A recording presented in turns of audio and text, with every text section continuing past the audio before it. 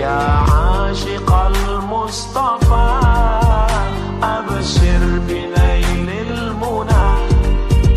Ya ashiqal Mustafa abshir binailil muna. Banyak orang-orang yang tadi malam tidur bersama kita, bersenda gurau, tersenyum dan tertawa, tapi pagi ini mereka tidak lagi bernyawa. Banyak yang ingin minta panjang umur, Allahumma tawwil umrana, panjangkan umur kami. Tapi takdir berkata lain. Idza jaa ajaluhum, kalau ajal sampai, la yastakhiruna sa'atan, tidak dapat ditunda walau sesaat. Wala yastaqdimun, tidak pula dapat dimajukan walaupun sesaat. Sebagiannya mati, tapi sebagian lagi masih hidup, bernyawa, tapi tetap tidak dapat bangkit dari tempat tidur. Meleleh air matanya mendengarkan suara azan masuk ke dalam ruang-ruang rumah sakit. Hayya 'alas shalah. Bergetar hatinya, tapi kaki tak dapat melangkah, tangan tak dapat menghayun. Apa sebab? Karena nikmat sehat dicabut oleh Allah Subhanahu wa ta'ala. Sebagian hamba Allah ada yang berlari-lari, berkejar-kejaran di tengah jalan raya ketika kumandang azan sedang dikumandangkan. Badannya sehat, dia masih hidup dan bernyawa, tapi ada satu nikmat besar yang dicabut Allah dari dalam dirinya. Nikmat terbesar itu adalah nikmat istiqamah. Para ulama berkata, al-istiqamah khairun min alfi karamah. Satu istiqamah lebih baik daripada 1000 karamah. Karena 1000 karamah bila tidak dijaga dengan istiqamah, maka dia dapat hilang. Oleh sebab itu Nabi Muhammad SAW berkata, berpesan ketika datang seorang laki-laki berkata, "Ausini wa aujiz," beri aku pesan, tapi jangan panjang-panjang, singkat dan padat, agar aku dapat mengamalkannya. Nabi hanya berkata satu pesan, "Qul," katakan, "amantu billah tsumma istaqim," katakan aku beriman kepada Allah, setelah itu istiqamahlah. Alhamdulillah, yang hari ini ketiga nikmat itu masih ada dalam diri kita. Nikmat hidup, masih bersemayam roh di dalam jasad. Nikmat sehat, kita masih bisa meringankan langkah, menghayunkan tangan datang ke rumah Allah. Nikmat istiqamah, sampai hari ini hati masih tetap bergetar ketika nama Allah dikumandangkan. Wa idza tuliyat 'alaihim ayatuhu zadatuhum imana. Ketika ayat-ayat Allah dibacakan, bertambah iman mereka. Kenapa demikian? Karena masih ada modal utama, la ilaha illallah Muhammadur Rasulullah, maka amal soleh sebagai tambahannya. Imam Muslim membuat satu bab dalam kitab Sahih Muslim, al-iman yazid wa yanqus. Iman bertambah dan iman bisa berkurang. Kapan iman bertambah? Berada di tempat yang paling baik, berkumpul bersama orang-orang baik, mendengarkan kata terbaik, dalam ibadah yang paling baik. Tempat yang paling baik, masjid, bersama orang paling baik, orang beriman. Di tempat yang paling baik, waktu terbaik, hari Jumat, dan mendengarkan kata-kata terbaik, kalam Allah dan sabda Rasulullah sallallahu alaihi wasallam. Maka saat ini iman sedang sepenuh-penuhnya berada di tempat yang tidak baik, bersama orang yang tidak baik, dalam keadaan yang tak baik, dalam perbuatan yang tidak baik, maka iman berkurang, bahkan bisa hilang sama sekali. La yazni zani hina yazni wa huwa mu'min. Orang beriman tidak akan berzina kalau ada iman dalam dirinya. Wa la yasriqu sariqu hina yasriqu wa huwa mu'min. Pencuri tidak akan mengambil harta orang kalau ada iman dalam dirinya. Wa la yazni zani wa la yashrabu syaribu hina yashrabu wa huwa mu'min. Peminum khamar, pecandu narkoba tidak akan menggunakan khamar kalau ada iman dalam dirinya. Lalu Ikrimah, murid Sayyidina Abdullah bin Abbas radhiyallahu anhuma, bertanya kepada Nabi sallallahu alaihi wasallam. Ketika hadis itu disampaikan oleh Nabi, didengar oleh Abdullah bin Abbas. Ketika Abdullah bin Abbas menyampaikan hadis itu, didengar oleh Ikrimah. Ikrimah bertanya, "Ayunza'ul iman?" Ayunza'ul iman? Apakah iman bisa tercabut? Apakah iman bisa lepas dari badan? Lalu kemudian syabbaka baina asabi'ihi. Abdullah bin Abbas menjalinkan jari jemarinya. Thumma naza'ahu, kemudian dia lepaskan. Lalu dia berkata, hakadha yunza'ul iman, beginilah iman terlepas dari badan. Hina taba, ketika orang itu bertobat, ada, maka iman masuk lagi ke dalam badan. Alangkah meruginya orang-orang yang beramal saleh, mulutnya senantiasa qomat kamit berzikir, hartanya dia pakai untuk berinfak, berzakat, berwakaf, bersedekah, berjihad fisabilillah, tapi tidak ada istiqamah, maka mati dalam keadaan malaikat maut mencabut nyawanya. Ketika itu iman tidak ada dalam dirinya. Wa qadimna ila ma 'amilu min 'amalin, saatnya nanti datang malaikat membawakan amal-amalnya. Ini anak yatim yang kau sekolahkan, ini panti jompo yang kau bangun, ini infak, zakat, wakaf, sedekahmu.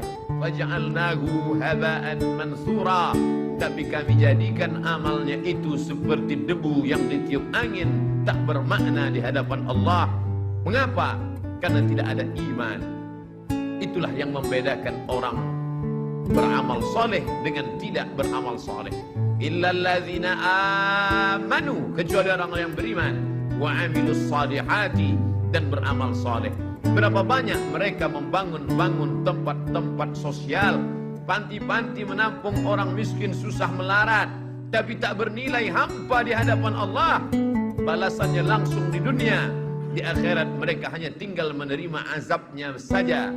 Oleh sebab itu satu-satunya yang menyelamatkan kita adalah iman kepada Allah Subhanahu wa ta'ala. Inilah yang kita tanamkan ke dalam kepala anak-anak kita. Yang sesungguhnya kita tidak pernah menerima anak itu dalam keadaan kosong dan hampa. Tidak ada seorang pun dari kita yang istrinya mengandung 9 bulan 10 hari lamanya melahirkan anak dalam keadaan kosong. Mereka sudah diisi dengan satu program. Karena sebelum roh itu dibawa oleh malaikat ke dalam rahim, roh sudah siap, sudah bersaksi bersyahadat di hadapan Allah Subhanahu wa ta'ala. Wa iz, ingatlah. Mengapa Allah awali ayat itu dengan kata ingatlah? Karena banyak orang yang tidak ingat, mereka lupa. Maka Allah ingatkan mereka, wa iz, ingatlah. Akhadha rabbuka min bani adama min zuhurihim dzurriyyatahum wa asyhadahum ala anfusihim. Ingatlah ketika Allah mengambil persaksian, sumpah janji setia, lalu Allah bertanya kepada mereka semua. Allah bertanya bukan karena Allah tidak tahu, Allah Maha tahu, tapi Allah mau beritahu pada siapa yang tidak tahu dan tidak mau tahu. Saat itu Allah bertanya, alastu bi rabbikum, bukankah aku Rabb kamu?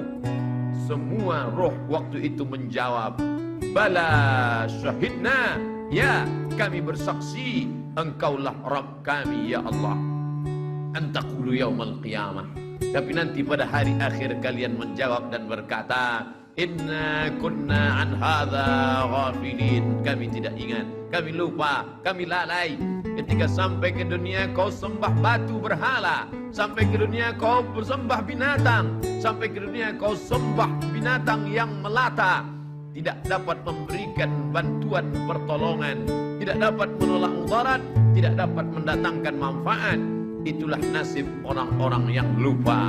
Maka dikirimkan Allah Nabi demi Nabi turun, Adam, Idris, Nuh, Saleh, Ilyas, Ilyasah, Zakaria, Musa, Yahya, Isa, Daud, Sulaiman, Ayub, Zulkifli.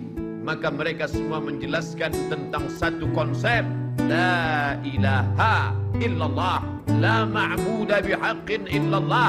Tidak ada yang sebenar-benar hak untuk disembah kecuali Allah Subhanahu wa ta'ala. La mahbuba bihaqqin illallah, tidak ada yang benar-benar dicinta kecuali Allah. Cinta kepada anak, anak akan durhaka.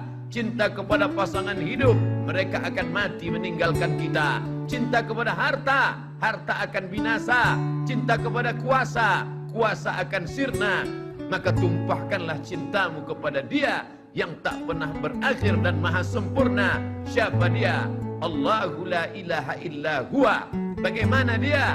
Al-Hayyu, Dia maha hidup. Al-Qayyum, Dia maha mengatur.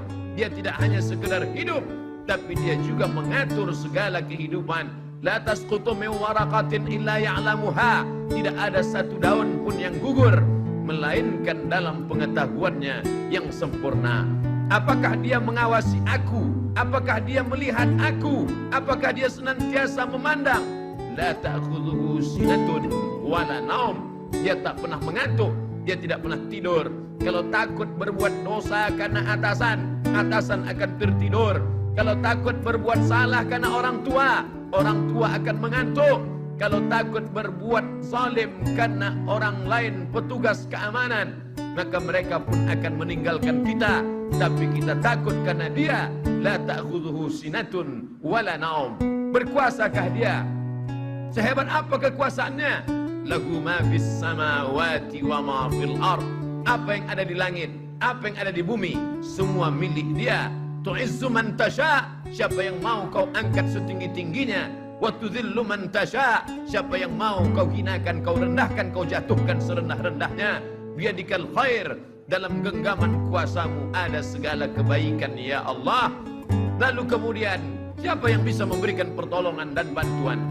Man dzalladzi yashfa'u 'indahu illa bi'idnih. Semua dengan izinnya. Tanpa izinnya tak ada yang berlaku di atas muka bumi Allah Subhanahu wa ta'ala. Lalu kemudian setelah itu berpikirlah manusia yang lemah, hina dan kotor itu, apakah ada kuasa selain daripada dia? Tidak ada yang berkuasa kecuali kuasa hanya dia saja. Wal awwalu, dia yang pertama. Wal akhiru, dia yang terakhir. Tapi dia tak berawal dan tidak berakhir.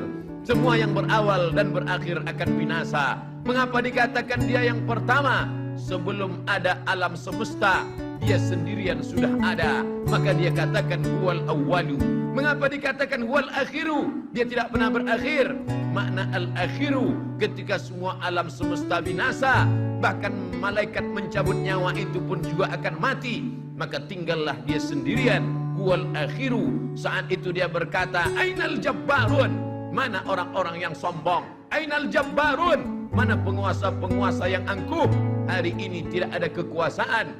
Itulah yang kita katakan setiap selesai salat, la ilaha illallah wahdahu la syarikalah, lahul mulku, hanya dia saja yang punya kuasa. Walahul hamdu, hanya dia saja yang layak dipuja dan dipuji. Yuhyi, dia menghidupkan. Wa yumit, dia mematikan. Wa huwa ala kulli syai'in qadir, dia kuasa atas segala sesuatu.